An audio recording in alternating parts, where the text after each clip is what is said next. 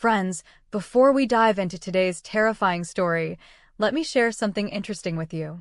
Almost 80% of the people who watch our videos enjoy them, but haven't subscribed yet. So, if you're one of those 80%, it'll just take a second. Hit that subscribe button below so you'll never miss our chilling tale. What if the person you tried to save was never truly human to begin with? And what if the evil inside them was just waiting for the right moment to take over? Jessica was just 8 years old when her life fell apart. Her mother died suddenly, and her father turned into a violent, drunken man. Every night, the house echoed with shouting and pain, until one night, it went too far. Jessica grabbed her little brother, John, and ran. No plan, no money, just fear and survival.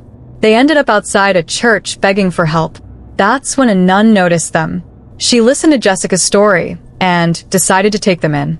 For the first time in years, Jessica felt safe. John was admitted into a church school, and Jessica slowly became part of the church life. Eventually, she chose to become a nun herself, but that decision would change everything.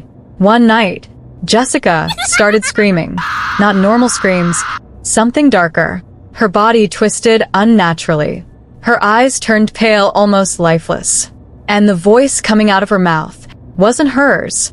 It sounded like a grown man. The nuns rushed in. They threw holy water on her, and her skin began to smoke. Within seconds, she went silent. Too silent.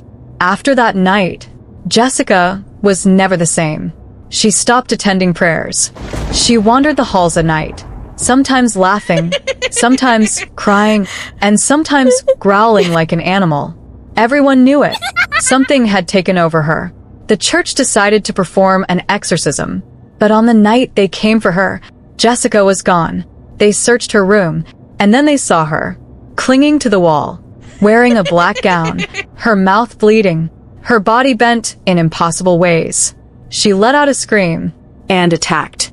The nuns tried to stop her, but she jumped out the window. She survived. But her spine was completely damaged. She could never walk again. Now weak and restrained, the church began their investigation, because they needed to know one thing. Why Jessica? What they discovered was horrifying. Jessica's mother was part of a dark cult, a group that practiced forbidden rituals and worshipped demonic entities. Years ago, she had tried to use Jessica as a vessel. Something had already entered her when she was just a child, and it never left. Jessica's father knew. That's why he feared her. That's why he hated her. And the night Jessica ran away, she didn't just escape. She poisoned her father and killed him. That was the moment the entity fully took control. But it didn't stop there. When the priests examined John, they found strange marks on his body. Symbols. Ritual marks. Jessica had started following the same path as her mother, using her own brother for something dark, something unfinished. The church tried everything. Prayers, rituals, exorcisms. But nothing worked. Jessica's condition kept getting worse, until one day, she died. But even after her death, the church continued to pray for her soul, because some believed that whatever was inside her never truly left. So the question is, was Jessica ever a victim? Or was she always the beginning of something evil?